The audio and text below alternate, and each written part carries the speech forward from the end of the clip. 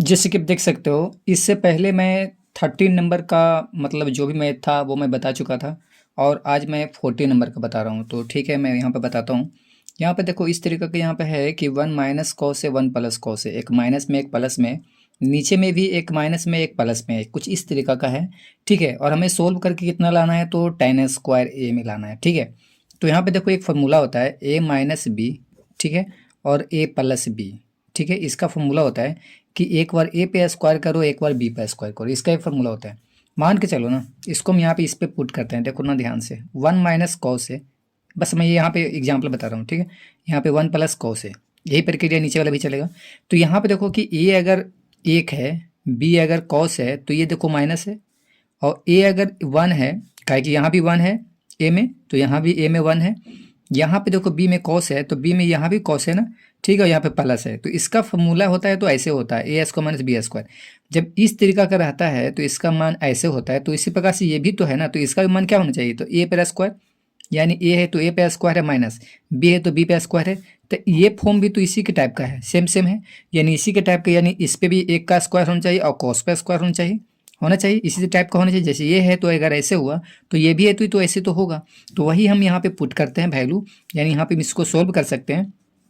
तो मैं कुछ इस तरीके से लिखता हूँ, यानी एक का स्क्वायर माइनस कॉस का स्क्वायर, यानी एक का स्क्वायर माइनस कॉस का यहाँ पे स्क्वायर, और नीचे भी सिमिलर वही चीज़ है ना, बस खाली दोनों में साइन है, तो यहाँ पे होगा एक का स्क्वायर माइनस साइन का स्क्वायर। ठीक है, अब 1 का स्क्वायर 1 ही रहेगा, क्योंकि 1 गुना 1 गुना 1 गुना कितनों कर लो तो 1 ही आएगा।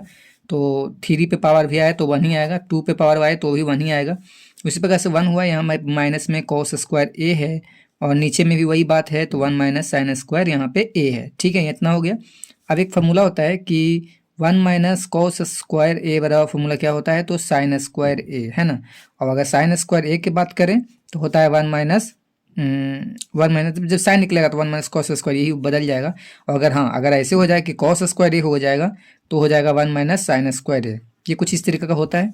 ठीक है, तो 1 माइनस कॉस स्क्वायर ए है, यानी इसके जगह पर हम क्या है, साइन स्क्वायर ए रख सकते हैं, क्योंकि 1 माइनस कॉस स्क्वायर ए है तो बराबर में है साइन स्क्वायर ए, यानी इसके जगह पर ये रख सकते हैं, तो हम रख देते हैं यहाँ पे। ठीक है, रख दिए। अब यहाँ पे 1 माइनस साइन स्क्वायर ए है ना, ये 1 माइनस साइन स्क्वायर ए, तो ये किसके बराबर है, तो कॉस स्क्वायर ए के बराबर है। सो इसीलिए हम इसकी जगह पे हम क्या रख देते हैं, कॉस स्क्वायर ए। अब जो दोनों पे स्क्वायर है, मैं दोनों पे स्क्वायर को मैं ऐसे भी तो लिख सकता हूँ कि साइन ए बटा में कॉस ए, और दोनों पे स्क्वायर के लिए यूं कर देता हूँ। ठीक है, अब देखो साइन ए बटा कॉस ए, ये इसका जो फॉर्मूला होता है वो tan में होता है ना, तो इसको हम tan रख देते हैं। ठीक है, तो इसका मान होगा tan, ठीक है, ए, यहाँ पे स्क्वायर बाहर पे है तो स्क्वायर होगा, और अब जो स्क्वायर है मैं यहाँ पे इस पे दूंगा, तो यानी ये हो जाएगा tan स्क्वायर ए। और एक बात याद रखना, कभी भी स्क्वायर जब करना तो ऐसे मत करना, एंगल पे स्क्वायर नहीं करना। ठीक है, ये एंगल पे स्क्वायर एक गलत हो जाएगा, हमको इस पे स्क्वायर करना है, tan पे। तो ठीक है, मिलते हैं नेक्स्ट वीडियो में नेक्स्ट मैथ के साथ में। Thank you.